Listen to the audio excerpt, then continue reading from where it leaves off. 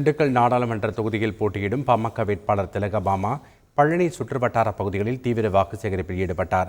பழனி உழவர் சந்தை, பேருந்து நிலையம், காந்தி சிலை, ஆயக்குடி, கோதைமங்கலம், கலிங்கநாயக்கன்பட்டி உள்ளிட்ட பகுதிகளில் வாக்கு சேகரித்தார்.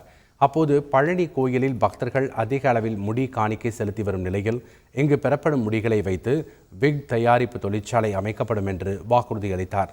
இதேபோல் பழனியில் அதிகம் கொய்யா பழம் விளைவதால் கொய்யா கூழ் தயாரிப்பு தொழிற்சாலை தொடங்கப்படும் என்றும் அவர் உறுதியளித்தார். பழனியில் முடி காணிக்கை முழுக்க செலுத்தப்படுகிறது. பிக் தயாரிக்கும் தொழிற்சாலை ஒன்று கொண்டு வந்தால் இவங்க எல்லாருக்கும் வேலைவாய்ப்பு உருவாகும். ஆயக்குடியில் கொய்யாப்பழம் அதிகமாக விளைகிறது. அதற்கான கூழ் தயாரிக்கும், அதாவது ஜூஸ் தயாரிக்கிற தொழிற்சாலை கொண்டு வந்தால் அது பிரயோஜனமாக வேலைவாய்ப்பை அதிகமாக உருவாக்கும். அது மட்டுமல்ல, கொடைக்கானல் பகுதியில் போக்குவரத்து நெரிசல் மிகுந்த பகுதியாக இன்றைக்கு மாறி இருக்கிறது. அதை குறைப்பதற்காக ரோப்கா சிஸ்டம் கொண்டு வர வேண்டும், வாகனங்கள் கீழேயே நிறுத்தப்பட வேண்டும் என்பதனை திட்டம் வைத்திருக்கிறோம். செய்திகளை உடனுக்குடன் தெரிந்து கொள்ள உடனே சப்ஸ்கிரைப் பண்ணுங்க.